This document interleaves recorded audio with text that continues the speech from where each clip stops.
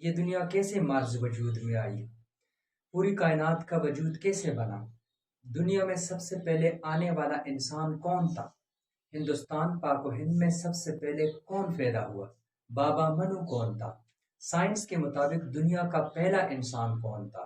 دنیا کا سب سے قدیم اور پہلا مذہب کون سا تھا؟ بسم اللہ الرحمن الرحیم۔ السلام علیکم، میرا نام ڈاکٹر صادق ہے۔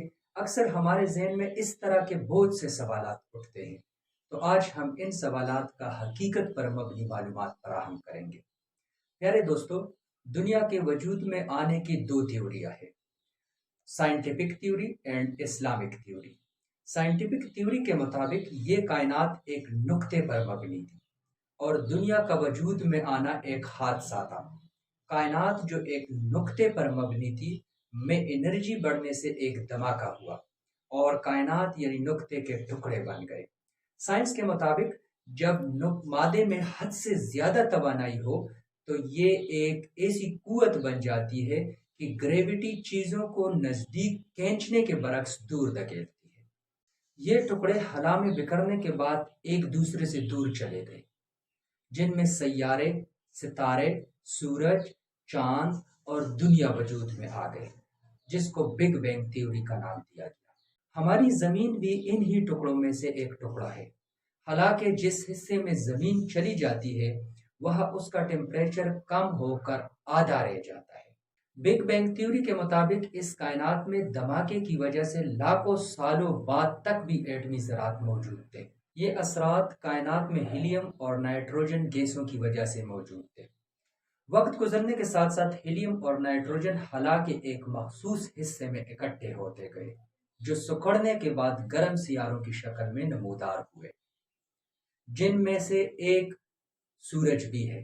سورج کے وجود میں آنے کے بعد خلا میں تمام زہریلی گیسیں اور مادے سورج کے اندر جذب ہوتے گئے۔ زمین کی تخلیق کے بعد بھی اس کے اندر دھماکے ہوتے تھے۔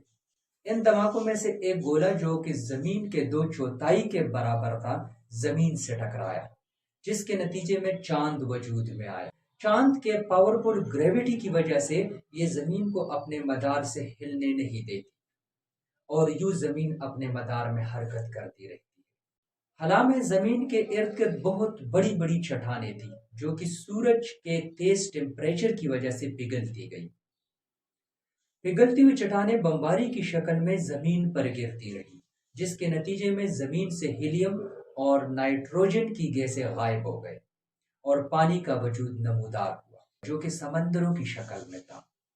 یوں ہی زمین زندگی گزارنے کے قابل بن گئی۔ اسلامک تھیوری کے مطابق قرآن پاک کہتا ہے کہ اے مشرکین اور کفار، تم نہیں جانتے کہ اس کائنات کو اللہ تعالیٰ نے وجود دیا ہے جبکہ زمین و آسمان بلند ہو کر آپس میں ملے ہوئے تھے، پھر ہم نے پاڑ کر الگ کر دیے۔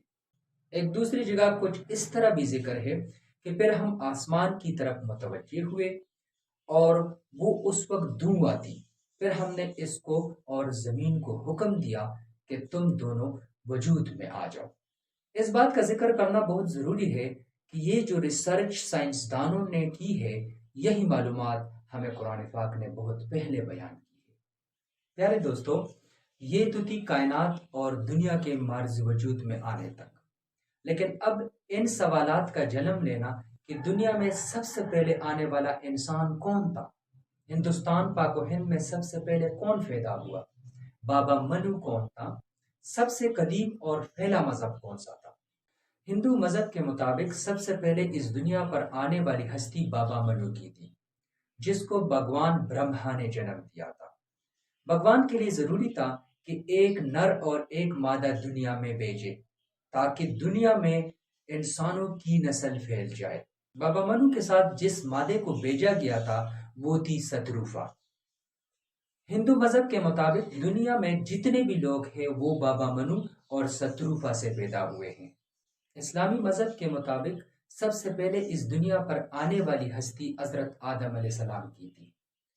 چونکہ اللہ تعالیٰ نے اس دنیا پر انسانوں کو آباد کرنا تھا تو اس لیے اللہ تعالیٰ نے حضرت آدم علیہ السلام کی فصلی سے بی بی حوا کو جنم دیا۔